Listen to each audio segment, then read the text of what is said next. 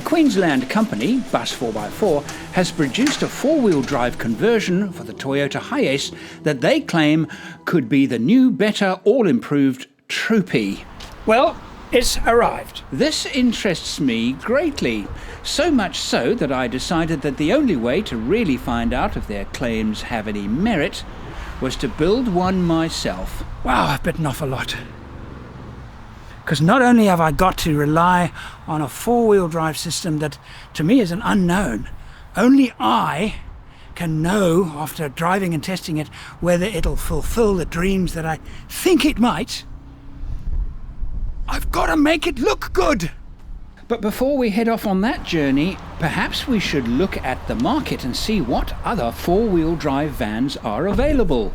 There are only two manufacturers in the world that produce a heavy-duty four-wheel drive van. The first, of course, is Toyota with the Troop Carrier and the rather comical US 452. But before we dismiss it, let's look at its many options. That's the shit. That's the spot.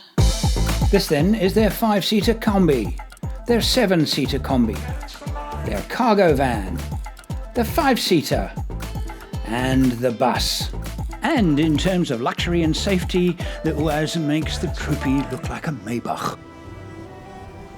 During my life as a four-wheel drive enthusiast, I've only got close to one of them, and that is of course the Troop Carrier. But I have bumped into a few others, most notable being the Sportsmobile, which is a heavy-duty conversion of the E-Series Ford van. For me, the opportunity came with the V10 petrol engine, far too thirsty for an overlander. But they are available with diesel engines, and so if I was to build a vehicle in the US, this is what I would choose. Because it has all of the right ingredients to make an off-road overlander. Engage the rear, we now have rear wheel high. We can take the front and engage it, and now we have four-wheel drive, high range. None of these are available in Australia, and that is what has brought me here today. It has a sensible 2.8-litre four-cylinder turbo diesel engine and a 6-speed automatic gearbox. But the conversion is heavy-duty, and I'm now going to share with you what I believe to be a potential replacement for Troopy, because on face value, it ticks all the right boxes. It's 2024. That means 40 years that I've been exploring the world's most remote places in four-wheel drives, in association with the Overland Workshop. But what about the Mercedes Sprinter four-wheel drive and the Mitsubishi Delica? Not only is the Sprinter four-wheel drive not available in Australia, I do not regard it as a heavy-duty four-wheel drive, mainly because of its transmission. It's an all-wheel drive type with no load transfer gearbox. While the Delica, sadly, well, just look what's become of it. Any vehicle that's going to be good off-road needs two key ingredients. If you lose any one of these two things, then forget it. It has to have low transfer gearing. There is no way around it. End of story. There are lots of compromises. Nothing comes close to proper low transfer gearing, and you need good clearance. The conversion is based mainly on Toyota components, Land Cruiser 200 components to be exact, but not all of them are. For example, this is not. This is actually machined out of a single billet. I think they took this design very seriously because in Australia, Bus 4x4 sees a market in the mining industry, and the mines love to break their cars. Look, for us as Bus 4x4, we started as very much a mining focused company. That we were working a lot of mining companies and commercial fleet operators wanting to try and get as many people into a mining site as possible. But the issues they were coming up with is they couldn't fit more than a couple of people into a Hilux or something like that. The standard two-wheel drive bus offers on the market, and even the standard all-wheel drive offers on the market, weren't getting people onto the sites safely or comfortably, or enough people at the same time, essentially. And that's sort of where our development started. We're saying, well, how do we get a proper off-road bus to take a good amount of people onto a mine site. Essentially how we started. Which is why the 70 series is so successful in this country, because they're quite difficult to break. I think this is too. That, of course, is part of the front suspension, but I am getting ahead of myself. The conversion begins with the changing of the rear diff. The rear differential. From a HiLock, it's the SR5 model, so it has a factory locker in it. There are two reasons to change the diff. One, the convenience of having the Toyota electric diff locker already fitted in it. And secondly, this differential's ratio matches the Land Cruiser 200 front differential about to be fitted. Next is the reorientation of the rear suspension. The HiAce has a lift of 180 millimeters. At the back, it's done by, well, it's elegantly simple. Yeah, so this is one of the plates that we had on, which now sits in between our diff and our leaf, because we've repositioned the diff housing from going from the top of the leaf to underneath the leaves, essentially doing a leaf over conversion on it. And this saddle sits on the top there, and our U-bolts will sandwich in the middle, now going that way, locating it all together. That is very simple. Yes. It's really simple. All you've actually had to do is correct your angle of your shock absorber. Yep. And It rotates the diff a little bit to give us an pinion angle. Yep. And we've essentially gained the thickness of the diff housing in lift. Normally, you've got a leaf spring. On top of the leaf spring is the axle. They've taken the axle and they've put now underneath the leaf spring. They've added a bracket and a shim that now changes the angle of the axle to correct the caster angle, to make sure that the driveline angles don't change from standard. That's very important to maintain wear and tear on the vehicle is not accelerated by changing those angles of the drive shaft. Well, while the back was moderately straightforward, the front, the independent suspension, and the transfer gearbox, no, that's not that straightforward. So what we have here is a transfer case adapter, where we will be installing our bearing and circuit on the inside there. And when we take the extension housing off the auto trans, we trim the shaft up and put our transfer case adapter on, and that allows this to sit on the back of the automatic transmission, and our transfer case will now be bolted on the back of that, making it be able to be forward drive.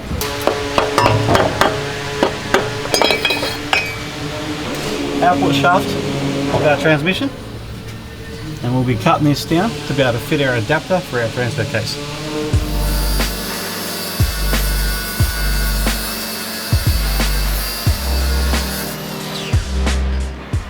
So this then, I understand, is the only bit of cutting they do. There's no welding on the vehicle itself, no cutting, and in fact the front suspension cradle bolts to Toyota's original mounting points. This then is the adapter plate, allowing the transfer gearbox to be bolted onto the back of the main gearbox. It comes from Land Cruiser 200 parts bin, which means it is a full-time four-wheel drive system incorporating a centre differential that can be locked on the fly. To me, full-time four-wheel drive systems are the best of all worlds when it comes to four-wheel drive vehicles. They provide stability, safety on tarmac, ditto on gravel roads, and because they can be locked on the fly, a driver can make an instant decision to go into a locked-up four-wheel drive state to provide additional traction, more balanced cornering, better braking, and of course the safety advantages of all those things. And now a very exciting part, the transformation of the front independent suspension, adding a front differential, also from Land Cruiser 200, and adding 180 millimeters of clearance is no easy feat.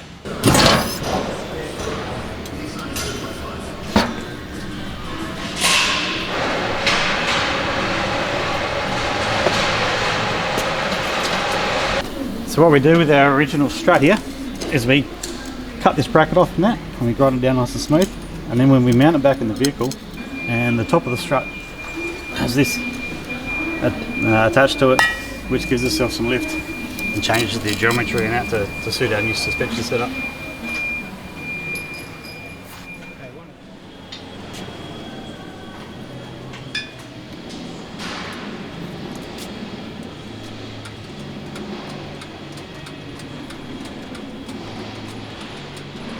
See, this uses the original Toyota mounting bolts for front suspension cradle, if that's the right thing to call it.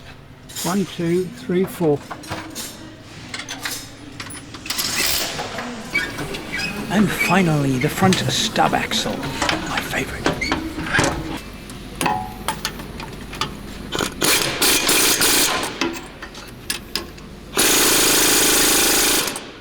It appears as if we're coming to the final part of this conversion, but it's not quite complete yet. We still have to do a fair amount of electrical work, wiring up the automatic transmission, the rear differential lock, center differential lock, and a few additional lights that have to be added to the vehicle. These then are all the parts that are being removed and recycled. In November 22, I saw this vehicle at a show in Perth and had a good look at it, then went and visited them, and I had a short test drive, and I realized that what I was seeing had huge potential. Potential enough, perhaps it would be good enough that it might even replace my troop carrier. Now, I then went to them and said, this is what I do. Would you like to donate in return for publicity a kit?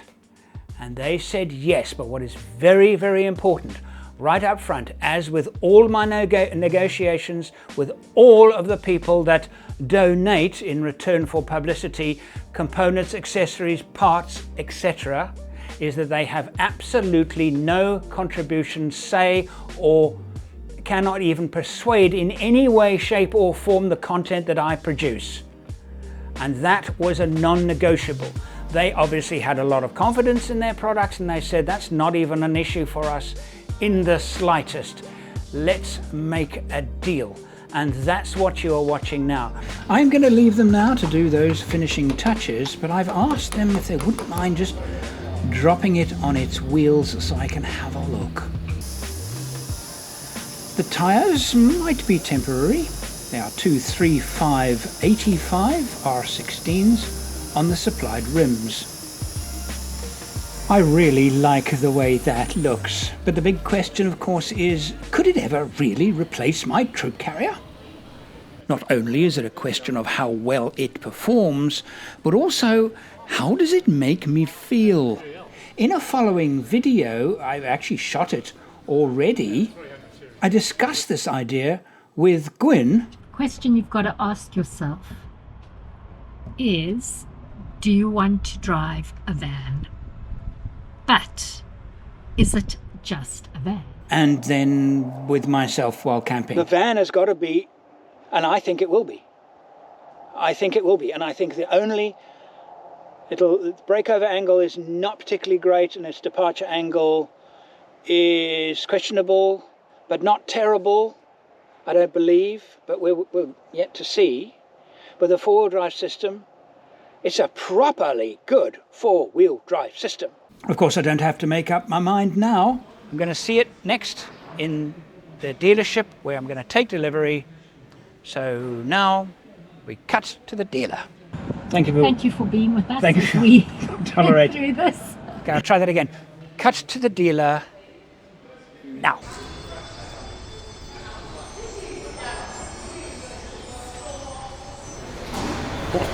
I've seen it, he hasn't.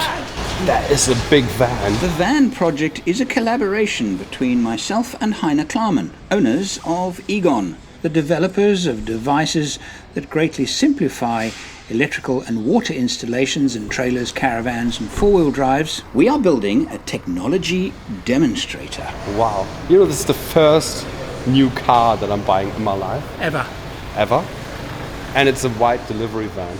It could not be less exciting. It's much higher than I thought it was going to be. Yeah, same. It is. Look at that. Yeah. I can't wait to test this. God. So you'll be sitting here and I'll be sitting there when we're testing it. half right. No, I think it's fair because when you drive the Troopy, it's obviously the car that is more off-road capable, solid axles and everything. And Yes. since I'm the better driver, I should be driving independent. It's harder to drive this off-road, so I'll be doing you a favor, and I don't want you to be looking. I'm going to humour you. Because you don't know the... Okay.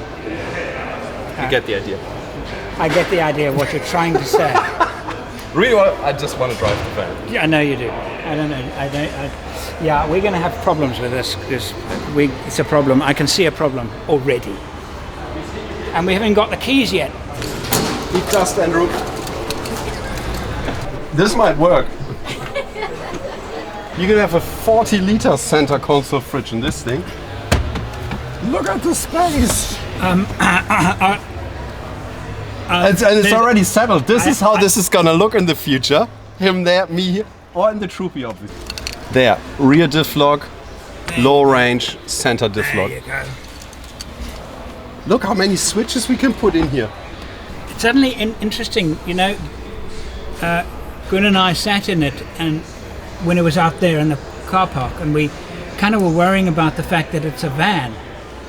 Just this, it's no longer a van. It really is not It's a van. not a van anymore. You know, you're used to sitting here and then looking back in your Troopy. And the space that you... Look at that. Yeah, That's twice the size of what the Troopy is. I love it. Oh, this is going to be good. Crikey, this is going to be good. I'm worried that... I'm worried that you're not going to let me drive it. That's my biggest concern at this moment. I like driving Troopies too. I'm pretty sure we, plus we got a Hilux in the 76 as well to play with. And did you say you wanted an awning? Awning. There's an awning. Rear wheel carrier, 2 spare wheels, 80-litre fuel tank. There's now space for 80-litre fuel tank at the moment where there's a spare wheel. And unlike Troopy, we don't have to do an axle correction. Why don't they do this in a Troopy? This has got proper mounts for tying down stuff in the back of the load bay. They don't put those in Troopies. Incredibly annoying. Shortcoming. Look, it's got things on there for bash plates. There's just no bash plates in there yet. Isn't clearance good though? It just did a wee there. Yeah, I know. That was because you were inside. That's a lot of clearance. And look, we got bits there potentially vulnerable. Yes. where we can put a bash plate on to protect. Yeah, they've already put the. They have, haven't they? Sticks and things going up and hitting the fan. We'd need something, and it would be mounted onto here, quite lightweight. Really just to stop grass going up there. That'll be part of that's a little bit of weak. That'll be part of the bull bar.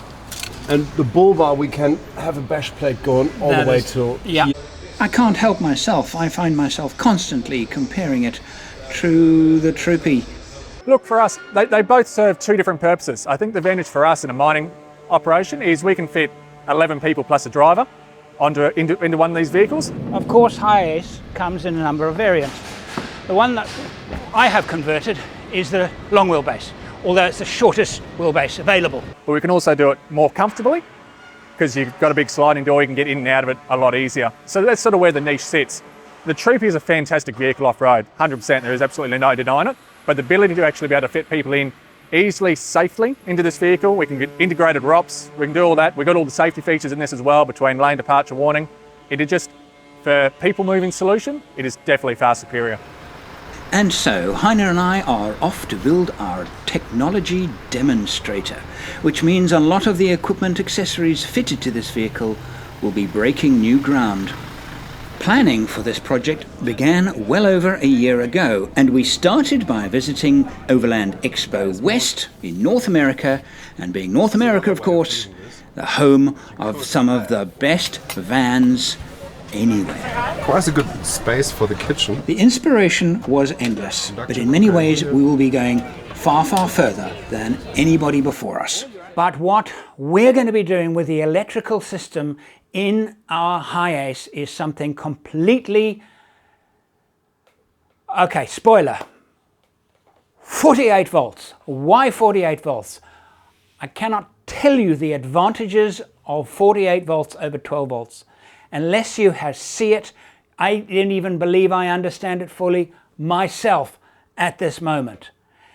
So we're going to be building a van that is not only unique in terms of, as I've said in the show, so few heavy-duty four-wheel drive vans available worldwide. The interior and the systems that we will build into it in partnership with Egon will be groundbreaking. So you guys who are saying same old, troopy, same old, nothing about this is same old.